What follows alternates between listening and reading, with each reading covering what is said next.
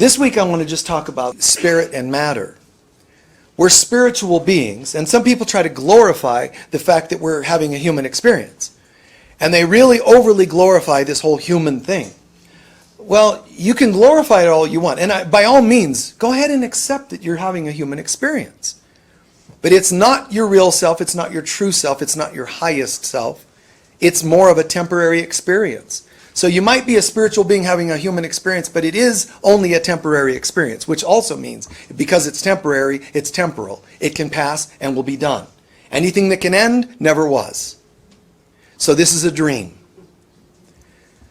We are spiritual beings and we are seemingly experiencing a human material life. But the fact that it's not actually there causes conflict. Anytime we're having an experience that isn't really happening causes anxiety. Do you follow? Because your soul spirit knows this isn't happening, the human self says it is, and now I'm pulled. That's ultimately what duality looks like. So some of us, mystics along the way in spiritual path, and even some of us in our life today, we do this abstinence thing. We pull back because we go, well, if this is dualistic, I'm a spiritual being. I'm going to just go ahead and say no to the humanness. That actually increases your anxiety because you know one thing, but you also respect on some level the other. You know the truth, yes, that you're one with God, that you have no limits. But you're here and it feels like it. So you can pretend that you're detached or even non-attached as though this can't bother you, but it does bother you. Every time you're trying to be all spiritual and you see someone sick, it causes us conflict and anxiety. Not just because you're seeing someone sick, because it causes tension in the mind, because as far as I know, I'm sitting here affirming that only God is, but look at this. What am I supposed to do with that? Only God is. And then another ache. See, I'm saying that this causes an internal anxiety. Every time you're trying to live the spiritual life, but the human life knocking at the door, we get anxious. Like someone trying to break in your house. Boom, boom, boom. Spiritual, boom, boom, boom. Well, the boom, boom, boom is, I'm aging. I shouldn't be aging. I'm a spiritual being. I shouldn't have financial issues. I shouldn't have, why am I still having relationship issues? And it causes an immeasurable amount of pain and conflict, which results in anxiety and illness and so on. We're supposed to be knowing the truth but respecting the illusion. Not calling the illusion real, but just simply respect it. This is what seems to be for now. You're better off instead of, okay, I'm spiritual. I know how to solve this conflict with having relationship issues. I will have none. No relationships with anybody, ever. That's going to cause anxiety because you can't actually do it. You're pretending. So that's going to cause you conflict. Another option, okay, I'm spiritual and I'm only going to have wonderful spiritual relationships. Yeah, right. Good luck,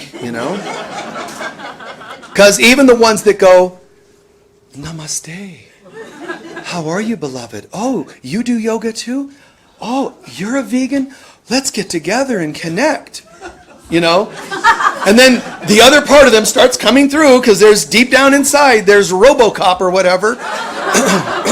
some androidish kind of being that wants to come through because all this, well, let's do couples yoga. Let's do tantra.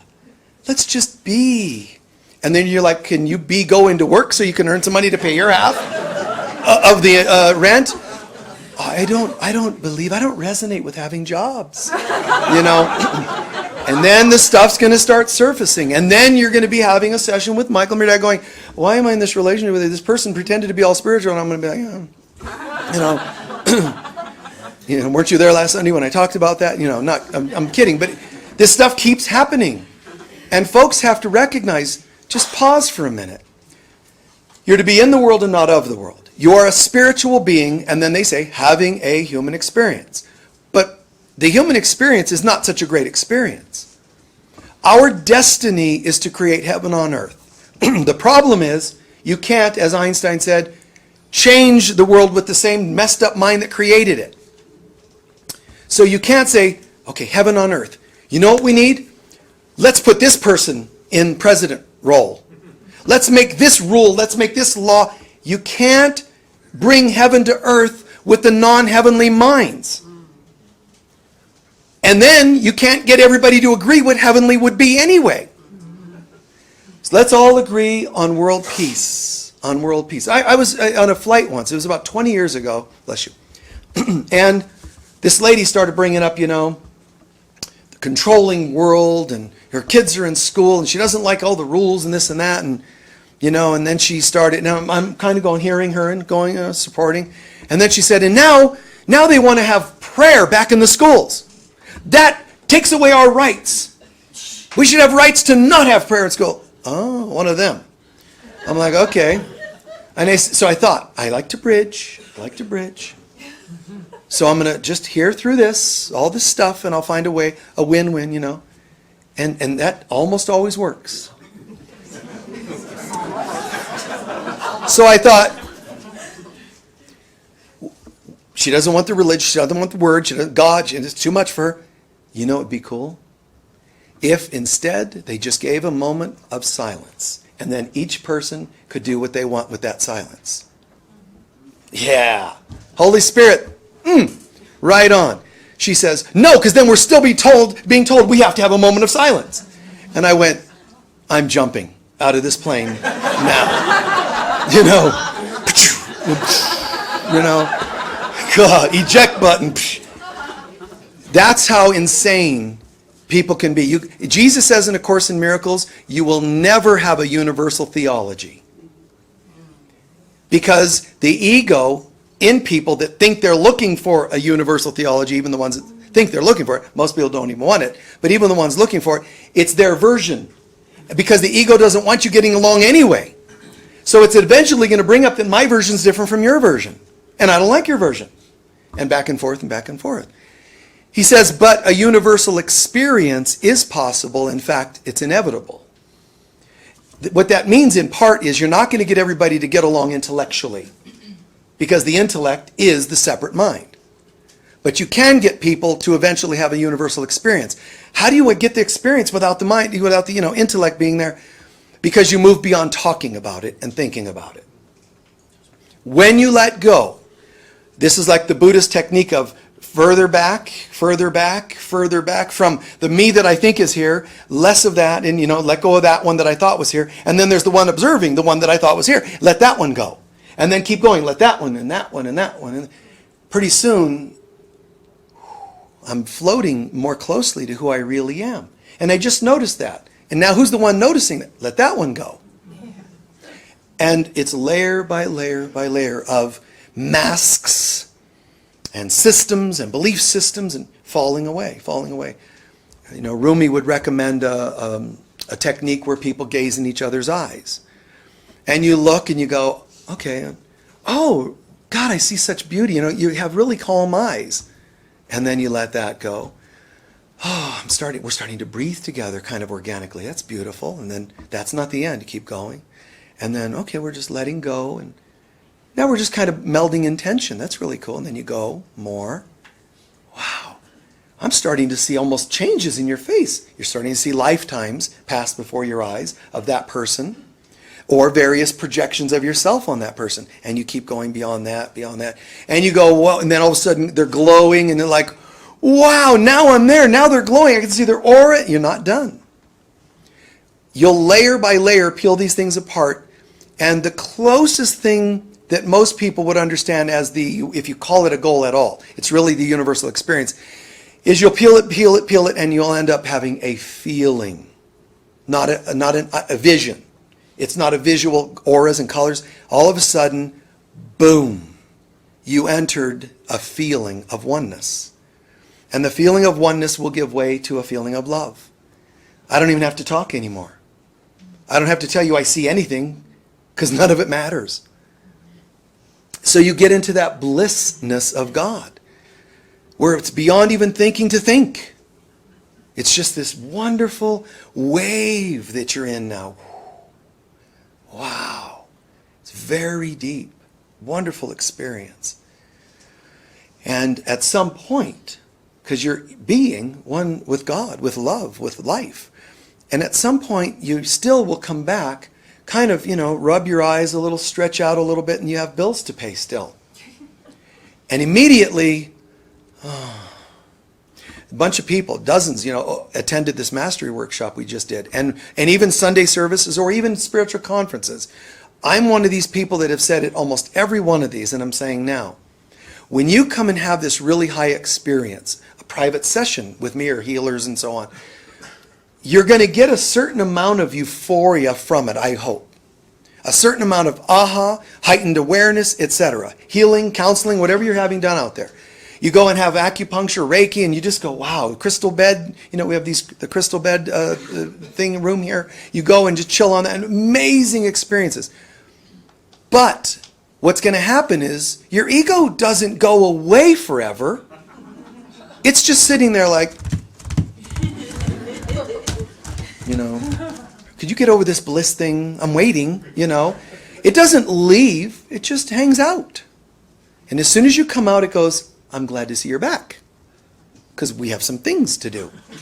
First, I'm going to help you trip over that. Then I'm going to give you a flat tire on everything to just make you not feel blissful anymore. The Christians call that the devil tempting you. Call it what you want. But the principle is still bliss having to come into the real world that's not so blissful.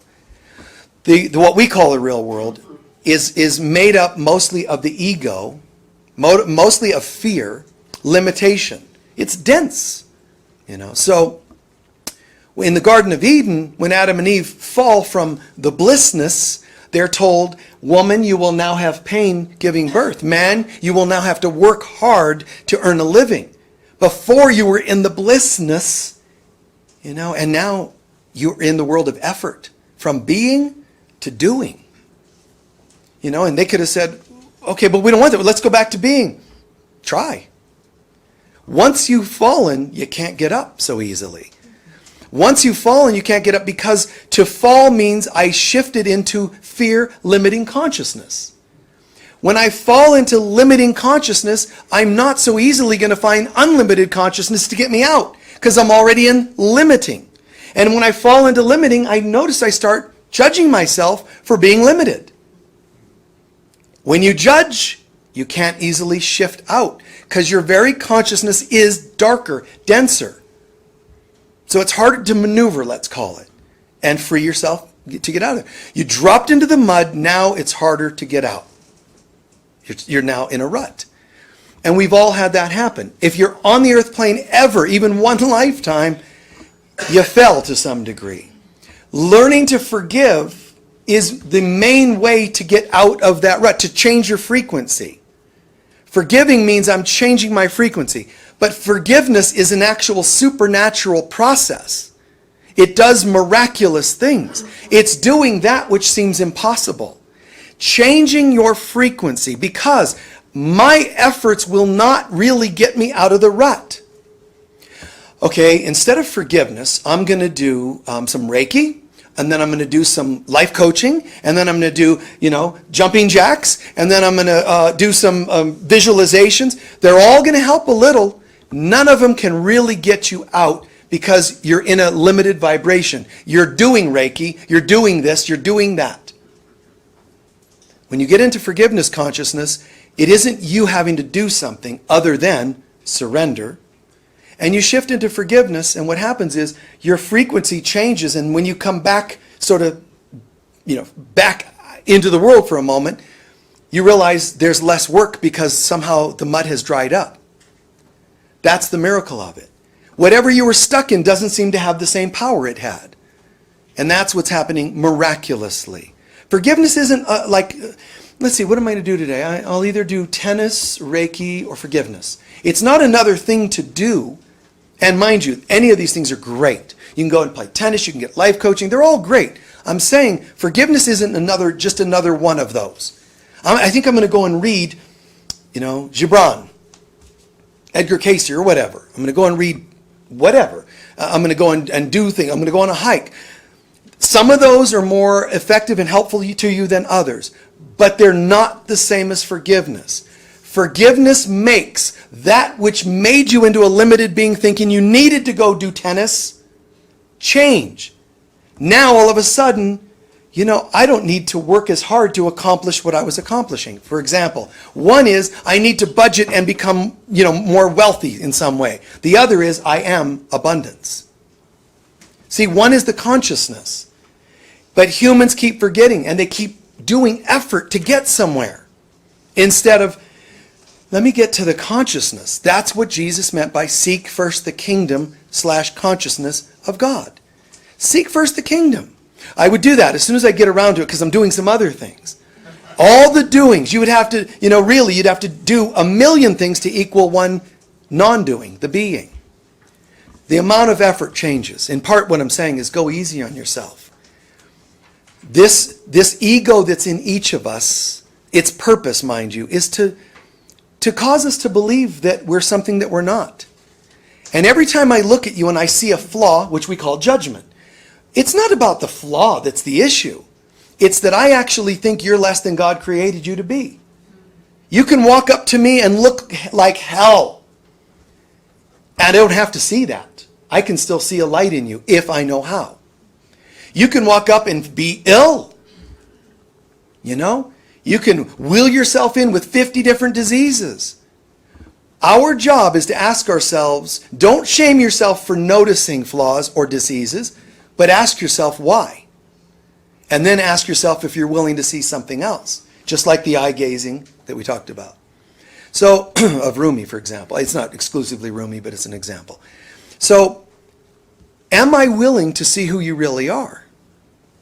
When you're a partner and you're pushing my buttons, my job isn't to ignore that you're doing it by any means. If it's inappropriate, stop. It's done. Stop that. You can say no. But if you're doing something hurtful, I can say no, but I can also refuse to hate you and still affirm that in you, no matter what you've done, there's a light in you. I refuse to believe that you're something other than God created you to be. Well, I have good reason. Look what they did. I know. That's the ego looking for evidence. I'm going to prove. Now here's what it's doing though. I'm going to prove that they're not holy. You can't tell me Hitler's holy. Yeah, that's true. That's an exception. Well, wait. If there's one exception, that one cell, it's symbolically a cell in my brain. And it's a cancerous cell. So no matter how nicely the rest of my cells are doing, one opinion of one person becomes a cancerous neuron in my brain that will start spreading cancerously through the rest of my brain. Which also means tempting other parts of me to, now it's not just Hitler, it's you, and then you. Well, and I don't like to judge people, but I got to throw you in there too. But I'm not being judgmental because everybody agrees that you're a jerk. It's every kind of flaw. And some people say, well, I don't believe in this. I'm not judgmental. Michael, I'm not judgmental. Who are you talking to? Michael, you actually think I'm sitting here. That's a judgment. Believe it or not, I'm not here. I'm just a hologram. So even when you look outside and go, look, there's a tree, that is a form of a judgment. I don't mean it's a harsh, angry judgment, but you believe that there's a tree outside of you. And if you believe there's a tree outside of you, you actually think there's an outside. And if you think there's an outside, you're schizophrenic.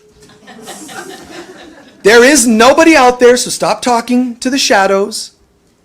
It looks kind of weird, Hey, how you doing? How you doing? Having conversations with trees and beings and people that aren't there. Especially when you start saying they're responsible for your good and your bad. Who are you talking about? There's nobody there. All of this is a hologram. And it reflects, the outside reflects what? The inside. The inside. Wow. So I'm going to take all my conversations, my blames and my transferences. I don't like you, but I can't even live if living's without you. You're amazing. All of those are saying, the bad that you are to me is not in me. The good that you are to me is not in me.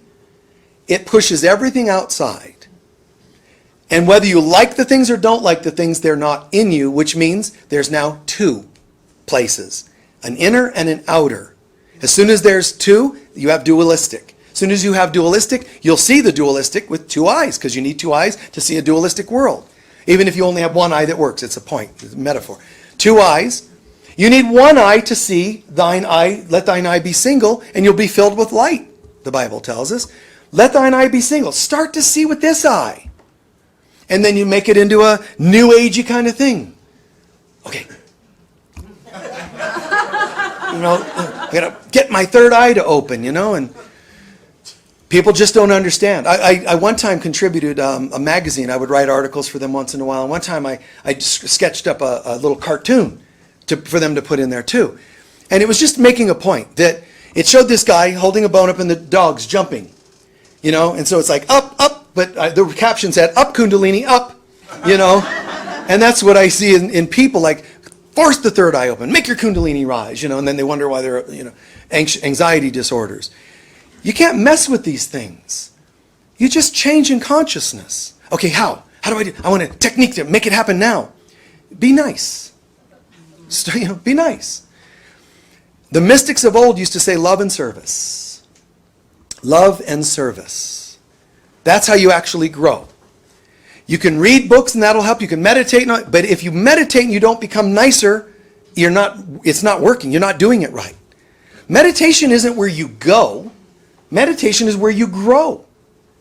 Meditations weren't supposed to be an escape from the world. They're supposed to be a place to go, an oasis to fill your canteen so you can go back in the world a little more nourished to handle the world. Now, if you keep the canteen to yourself, you're still not getting it. Fill the canteen, enter the desert called this world, and when you see somebody else who's thirsty, share. And as soon as I share, the next oasis is going to be less of a distance of a walk than the last one, because my consciousness is changing. A quote from A Course in Miracles I brought. Do not despair because of limitations. It's your function to escape limitations inevitably, but not to be without them while you're here. If you would be heard by those who suffer, you have to speak their language. If you would be a savior, you have to understand what needs to be escaped. All the help you can accept will be provided, and not one need you have will not be met. We all have to learn to be the light of the world. And don't think, there will be no suffering, no problems. The point is, I'm here to help those problems. When you say, I want to be here, but I want no problems, that's telling us you actually think the problems still have power over you, and that is an unhappy life. My job, breathe, yeah. But there's problem, I know, breathe. Bummer, isn't it? Yeah. However, I am not alone. I am all one. Same words, same letters. Not alone, all one. God, be with me. And I walk in. Be with me. I'm about to have to talk to my ex. Be with me. God, be with me because I'm opening my checkbook to do some balancing or whatever, God, be with me because I'm going to have one of these conversations. God, be with me because I'm going to be intimate and it scares me a little bit. God, not get me out of this. Be with me. Tethering the light of God in all things, like what I call mastery. Tethering the light of God in all things we do, all things we think, all things we say, everywhere we go. Meditation, you grow to it. You don't go to it like it's some other place. So there is really only God. That means you're also only really a spiritual, infinite being. Then what's this? And so what we do by accident, most people don't understand. Generally speaking, there's only those two worlds, a spiritual and material world. Generally two identities, a spiritual one and a human one, generally speaking. And most people are messed up because they either don't believe in one consciously and try to get by, which doesn't work. Oh, there's no spiritual, but there is. So you're never going to be whole as a person trying to just be a human and not spiritual too. Or you can be all spiritual and lofty with constant rude awakenings when the material stuff happens. So what do we do then? Try and do one, try and do the other. It's not going to work. But they're saying only spirit's real, then I need to not see the material world as real, right? And escape it. No, because a part of us does believe it. So this is the strangest twist of all. The only way you can heal, the only way you can rise to higher consciousness is to bring the light to the other world. Or you could say, bring the other world to the light. You have to join them. Now, here's where it gets messed up again. Some people think that means, again, in this world, trying to just pretend everything's peachy.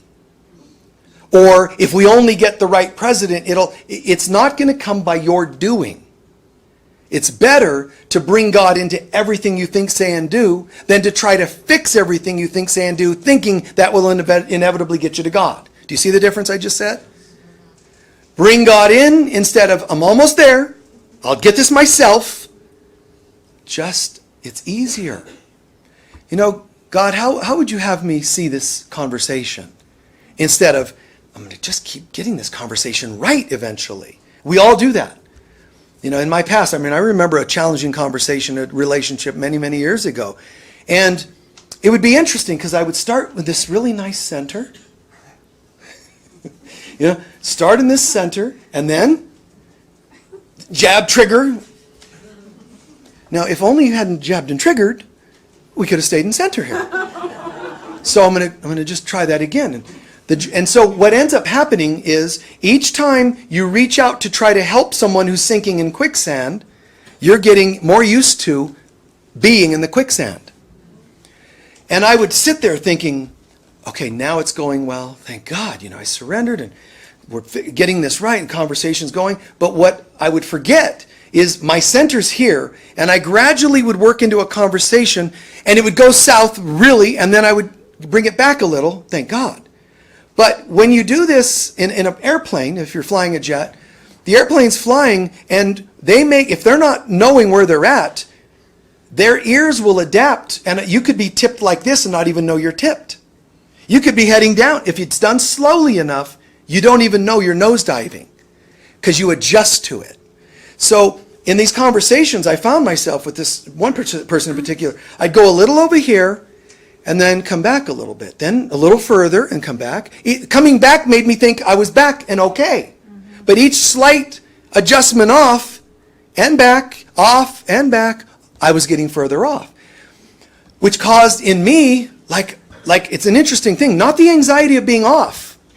It would increase the anxiety of, okay, now if you could just hear this one point.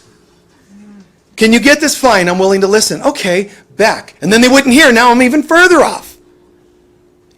Increasing the intensity of, come on, we're almost there. But we weren't, because we were so far over, almost there would only be a little back, and I'm still way over here. Is that all making sense?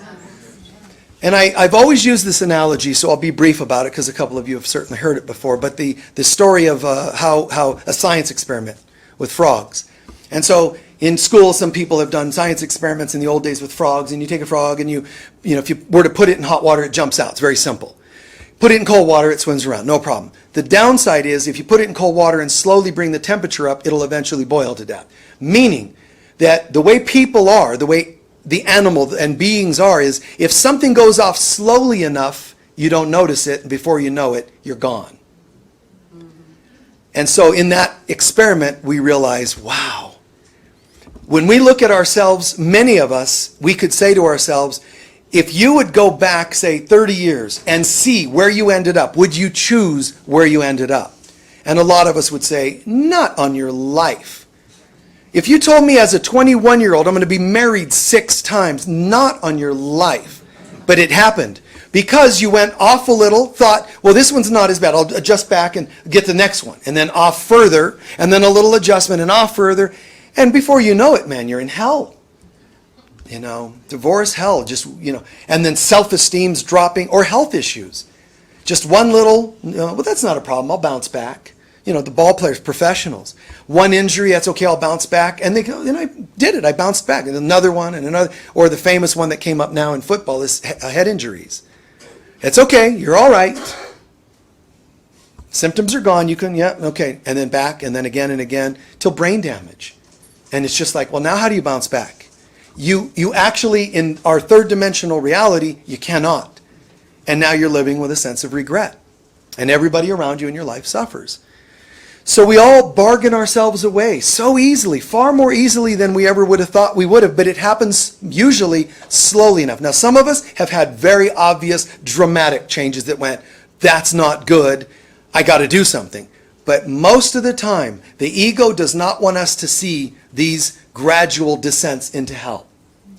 And so off a little, off a little, off a little, off a little. Whenever you do finally say, oh my God, look how far I've gone, it looks too far to go back. And then that dispirits us, you know. It's dispiriting, it's depressing, can make us suicidal even, because it looks like it's just, there's no way. And it's exhausting to even sit and think about it. So you better have a drink. You know?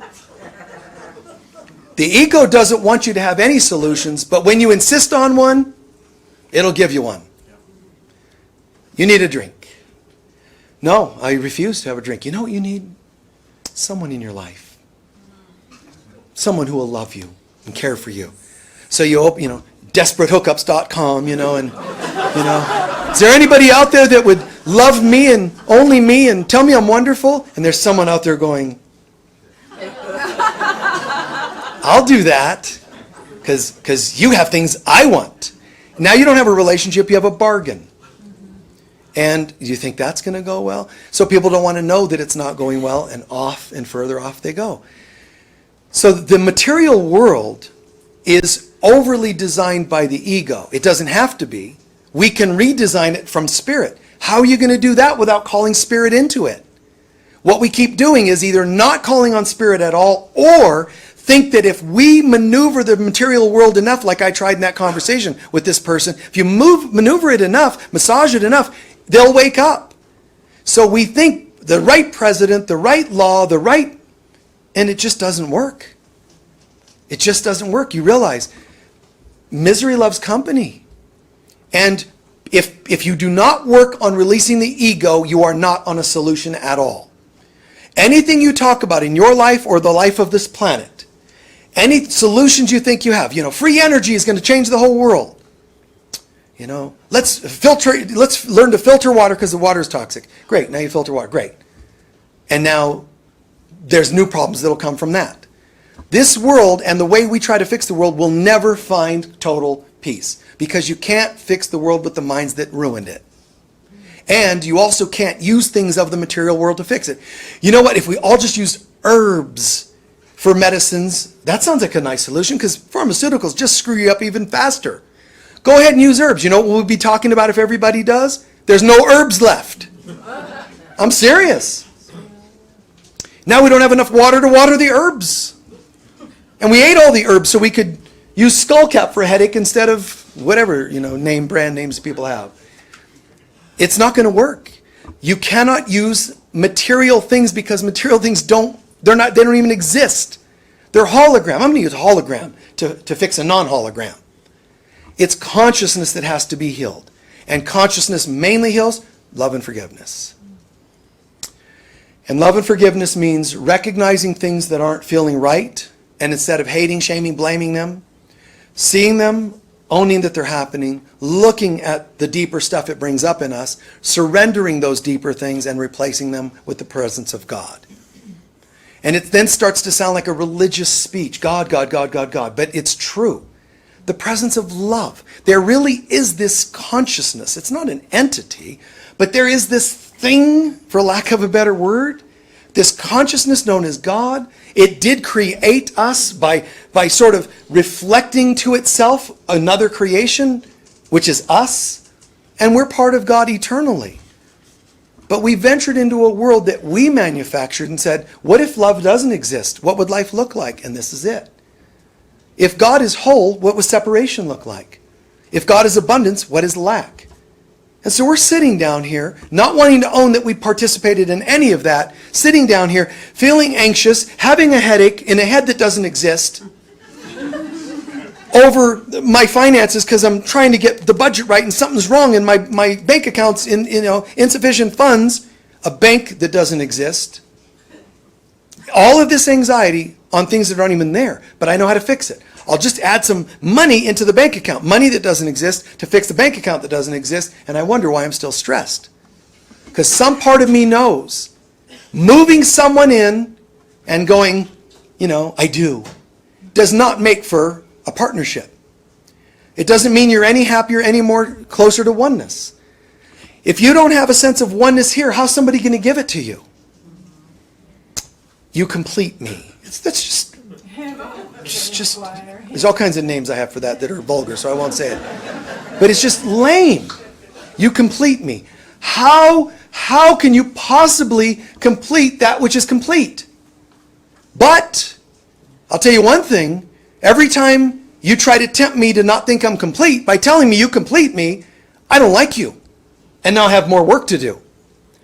So every time you tempt me to think I'm incomplete, you're this and I'm that. We complement each other. Like a Lennon and McCartney. They didn't quite write, some, but not as many great songs once they split up. If you interviewed them on that topic at some point back in history, what happens is each of them needed the other to play off energetically. But did they really need? No, they believed they needed. Lennon could channel McCartney if he knew how. McCartney could channel Lennon if he knew how. Some historians say, and theologians and so forth, some we don't know this and some wouldn't believe it, but some would say that when parts of the King James Bible were being written and there were some segments missing from the original manuscripts they used at the time, there were segments missing, they hired Shakespeare to actually channel what was supposed to be in those sentences. Yeah. Interesting. How do you do that? Hey, there's a missing sentence. Could you just make something up? Okay. And then you're going to want to know what was being said before that, what was said after that, what's the feeling in this paragraph. You can't just go, roses are red and violets are blue. You can't just put in something. You got to tune in. When your child comes to you and they don't know how to say what happened at school today that bothered them, you learn to sort of tune in. Even if it's a feeling. And you don't know the details, but you can tell they're scared. You don't have to tell them that, but as soon as you know that, you're bridging with them and you can help them. More than if you stay away, not knowing, or force them to speak. You connect. So bridging is part of the way to heal this world. You have to see, what's really needed. And if your head answers, it's going to say, herbs instead of medicines. This instead of that. It's going to only ever be able to talk about this. Why? Because it is of this world. It doesn't know anything better, so it's only going to give advice to this world. The more you and I are of this world, the more we're going to rely on those material answers. There's a spiritual world and a material world. If you want to know just of this world, all you have to do is get caught up in the material. You can't also run from the material and think that's how you get out like the mystics. I have to change the way I see the material. Which is kind of like driving down the road. I am as God created me, man. This feels great. And then, boom, kadoom, kadoom, kadoom, flat tire. Wow, this is kind of funny. Because if you see everything as a test, you'll see it differently. This is just a test for me to believe things that aren't. Now, that doesn't mean accelerate. I refuse to see a flat tire. That's denial. That's one extreme. The other extreme is what? Oh, God, goodness. I was being all spiritual, but then I got a flat tire and it ruined the experience. That's the other extreme. Victims and denials. Somewhere in the middle, you get out and you learn to be able to say, isn't this funny? That the truth is, I don't even have a car. I don't even have a body. I'm not even here. But yet, I'm looking at a flat tire. Isn't this interesting? That's how you have to learn to see it. You can be bummed. You can be frustrated. But this is a test of the spiritual broadcast system. So, you get out, ka-clunk, ka-clunk, ka-clunk, you jack it up, or you call AAA, or whatever you want to do. You see? And the whole time, to be able to say, God, what would you have me do? It's not always easy. In fact, it has to become a habit. But you'll make the habit easier if you start every day that way. I don't know exactly how to fix every day, but you do. So guide me. I mean, some of us in these kinds of lectures and rooms and watching these kinds of broadcasts, we all believe in channeling, right? We hear about channeling. We're wowed by channels. Then why don't you channel God? don't call in like an entity named Ajax from the 34th dimension with your flat tire. Just ask the Holy Spirit. Just call on the Mother. Divine Mother, Holy Spirit. Here I am, your child, and I'm struggling. What does a good mother do when you scrape your knee? Let me help you, honey. It's not like, Mom, I got to tell you I scraped my knee, but I don't really trust what you're going to do about that. Likely spank me or something. Not a good mother. Well, this mother that is the Holy Spirit, it's incomprehensible to know what real love is. Even the best of human mothers isn't even 1/1,000,000th as good, gracious, loving as the Divine Mother. But human beings have learned to become afraid. Why? Because we're listening to a voice that tells us to be afraid of an angry God. The Bible even says, I am a jealous God. That's all that is a misinterpretation. Jealous God. Oh, I totally wanted to help you people today, but apparently I'm not enough for you. You're giving attention to other gods, That's a jealous God. That's crazy. A jealous God meant, hey, how's it going? I wouldn't recommend that you waste time on non-realities. That's what jealous God meant. It meant, I'm recommending that you focus on me, but not in a jealous, egotistic relationship kind of way. It meant it in a form of, there isn't anything else but me.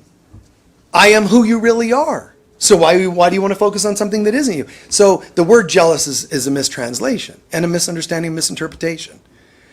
So this thing, God, it actually loves. And I'm broken down on the side of the road. Well, I know you're busy, probably dealing with world famine or something, I got a flat tire, so I probably don't matter. That's human thinking again. That's so ridiculous. But every one of us gets tempted to think it. I'm over here, with a slight,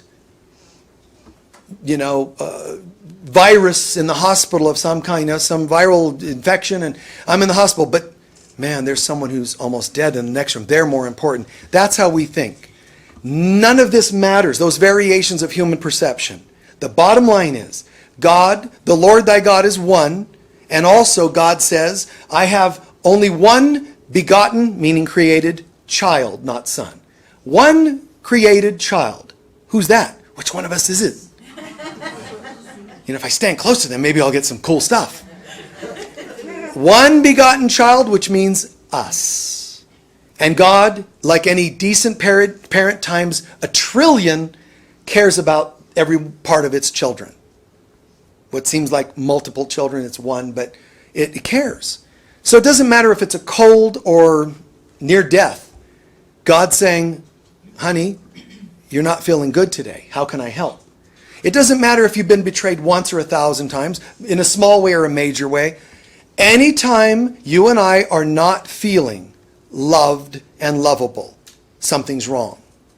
And God wants to help. The definition I use, the definition for trauma to me, is not the impact of something or the quantity of words from someone. Anytime you're feeling the lack of love's presence is traumatic. It doesn't matter how much, lacking love's presence. Even when it's not intentional. It's not just when someone does or says something intentional, even accidentally. I came home from school one day. I already knew my family didn't like me much, but I came home from school one day and everybody was gone. The furniture, everything was gone. And I'm like, where are you guys? Where's everybody at? And gradually, quivering voice, where's everybody? But trying to not lose it yet, and I think I was like 5 or 6. Yeah. And so I finally go in the kitchen and nobody, there was a refrigerator there at one time, gone. And all I remember, going in the corner where it was and just to the floor and just sitting there crying and like panicked, it's terrifying. Maybe 10 minutes or so later, I hear, the horn, and I'm like, okay, clean up, and hey, I go running out like I didn't experience any of that. And they're like, didn't you, get in the car? And I'm like, where were you guys? Oh, remember, we moved. And I just forgot. That was the moving day. That wasn't an intentional thing, but it was traumatic. So anytime I see a house without a refrigerator,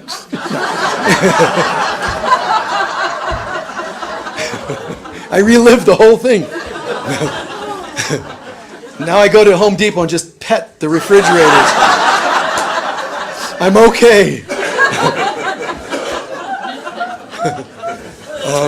So anyway, the lack of love's presence. And if you learn that that's the definition, look at how it changes everything.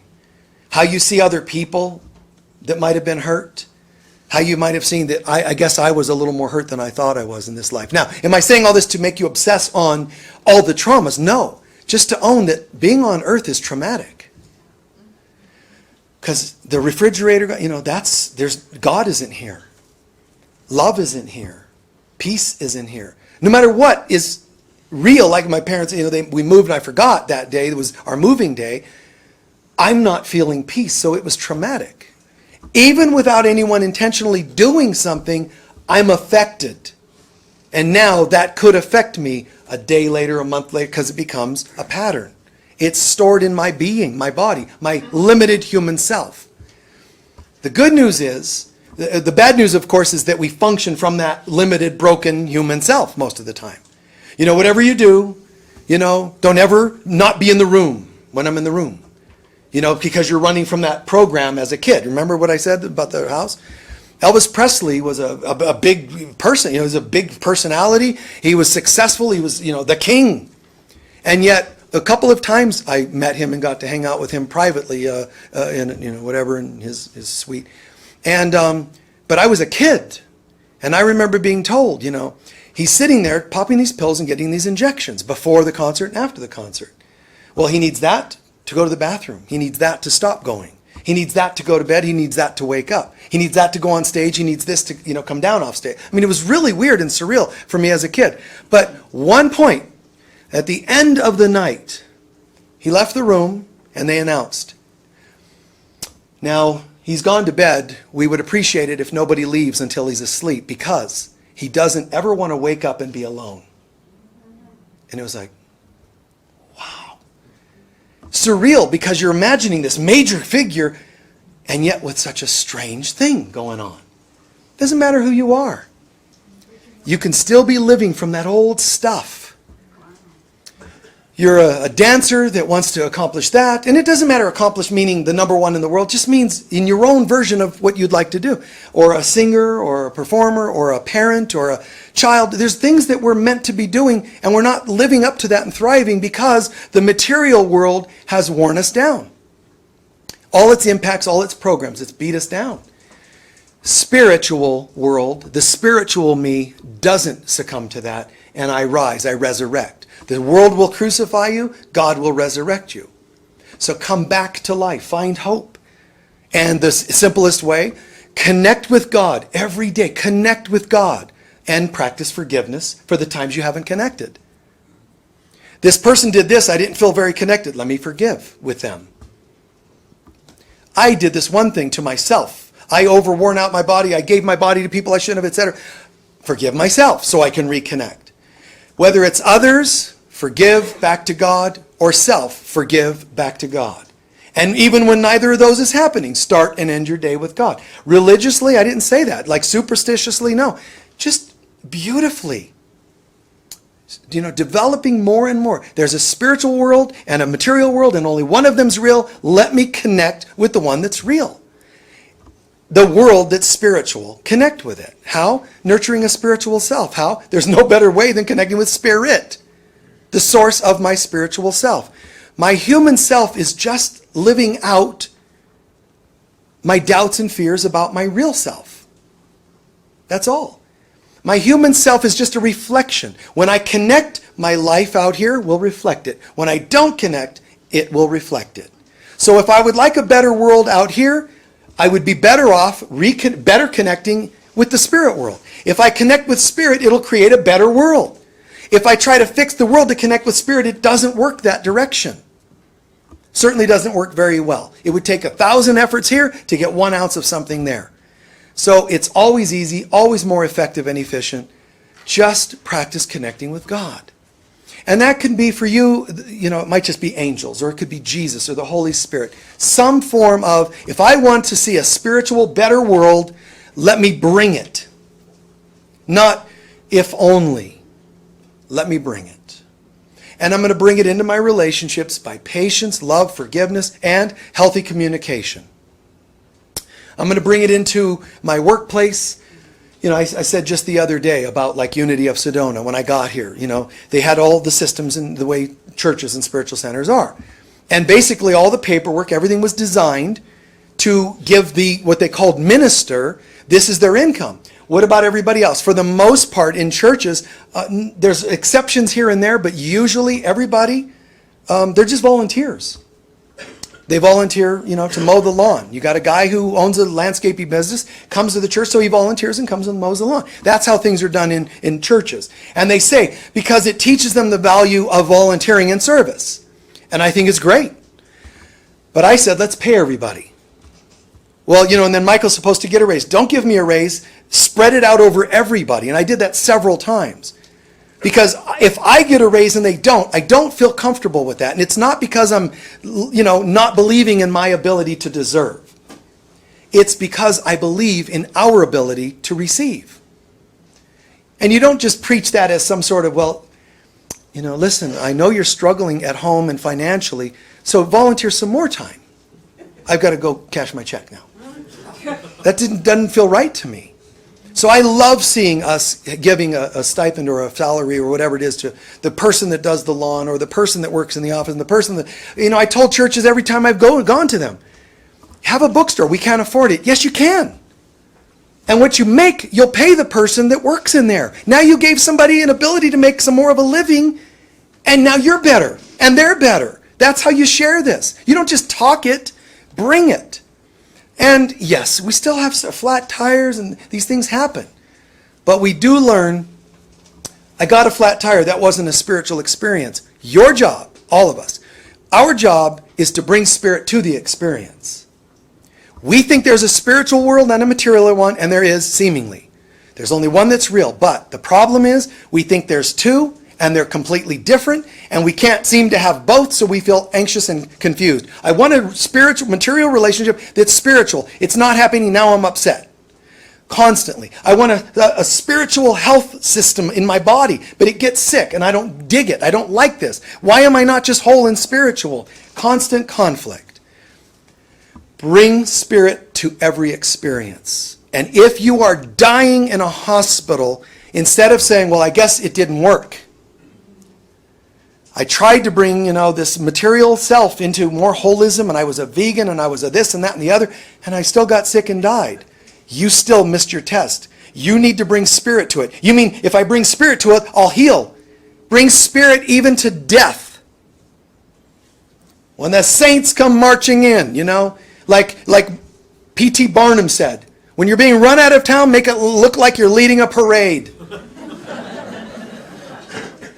Swan song, like the best you can. Don't believe what you think you see. That's what Jesus said to the women on the side of the road that dabbed his face one of the times he collapsed. Oh gosh, gee, oh my God, poor man. He looked at him and said, don't believe what you see. He's like saying, I got this. I know what I'm doing. And that's what you and I have to do. I got this. Doesn't feel like it, may not even look like it, but I got this. God, how would you have me see this? Just tether the presence of God even when you walk into the divorce room, divorce court. Bring God in even when you have to go do whatever you got to do. It just doesn't matter. Showering on the toilet, in a surgery, in a relationship that's wonderful and one that's challenging. Bring God in consistently. And again, mostly that's in your intention. You start your day with that intention and just do your best to carry it. How do you know when to remind yourself? When you slip especially. Oops. For a minute there I was getting mad at the tire that's deflated. And you say, okay, I got to admit I'm frustrated. I got to admit this is, a drag. But surrendering it to you, your will be done. All of heaven begins to sing and say, wow, you've called on the presence of God on the side of a road with a flat tire. It's not like Whoa, you got to be kidding me. We're spirit beings. We have to come down to earth with a flat tire. Couldn't you have had like an oming session or something cool? They're absolutely equally to the oming and chanting, happy to come and anchor themselves in the presence of a flat tire. Because that, without God, is called hell. And when you said, okay, your will be done, all of heaven says, here we go. We get to bring the presence. Now all of a sudden, the person that comes by to help, it could be the AAA or it could be a stranger. Whoever comes, it could be a homeless person walking down that highway, and that whoever it is, you find it's not like they always magically cure the problem. The nurse that walks in doesn't always cure you because they believe in God, but something happens and it's a shift in consciousness. So if it's my flat tire and somebody pulls up, I start to realize, wow, sometimes it's not. They had some magical way to inflate the tire. Sometimes that driver for AAA, let's say, you don't even know it and they didn't say it. They're struggling financially. They fixed your tire, you paid them, and you tipped them, and it made a difference in their life. God's not saying, oh, flat tire, let's fix that. God's saying, flat tire, great opportunity for me to bring the right people into a situation for the most people to have the most amount of miracles. Because then the guy's going to get a miracle because you're going to do this for him. Then he's going to go home and tell his wife, who's a school teacher, and she's going to tell her kids the next day.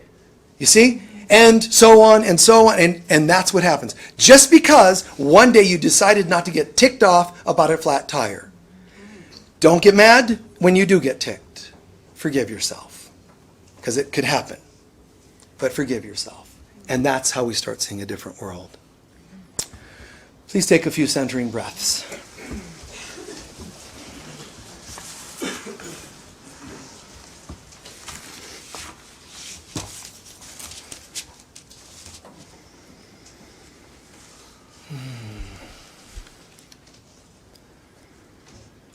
A few centering breaths.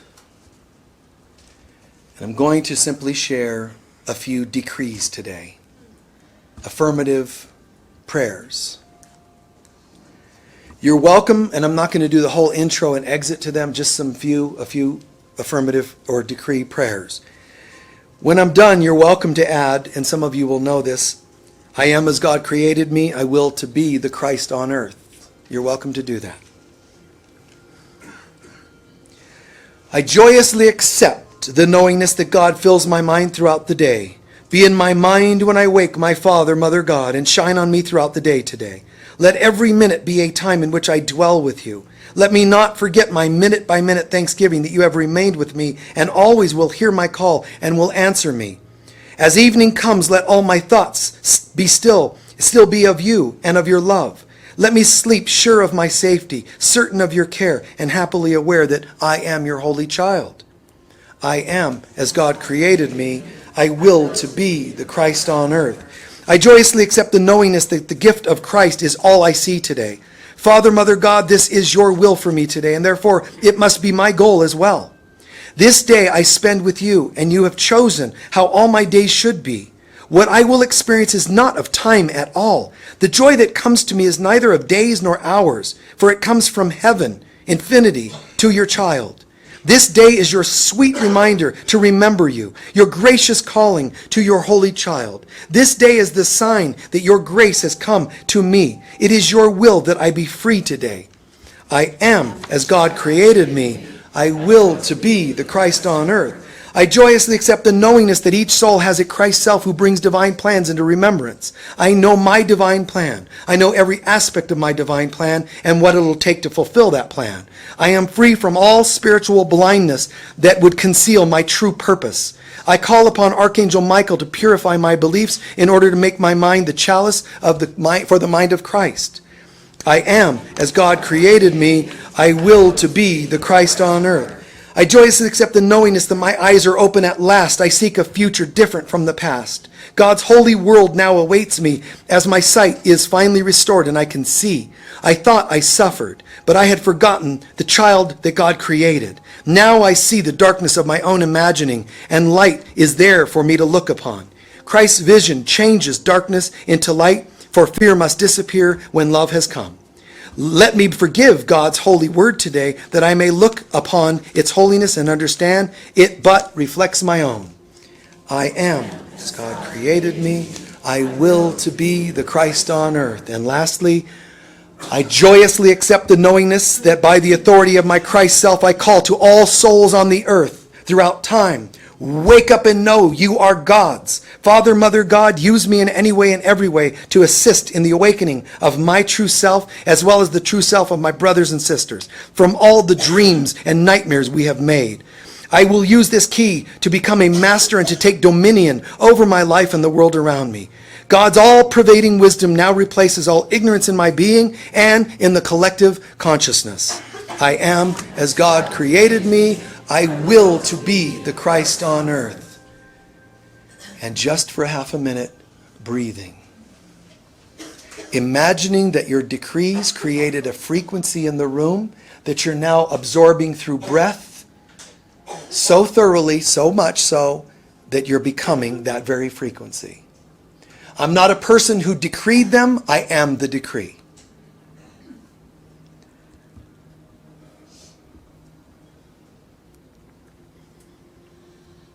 I am as God created me. I will to be the Christ on earth.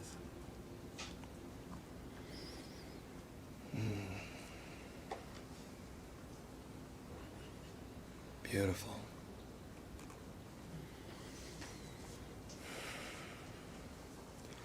And gently hearing the words.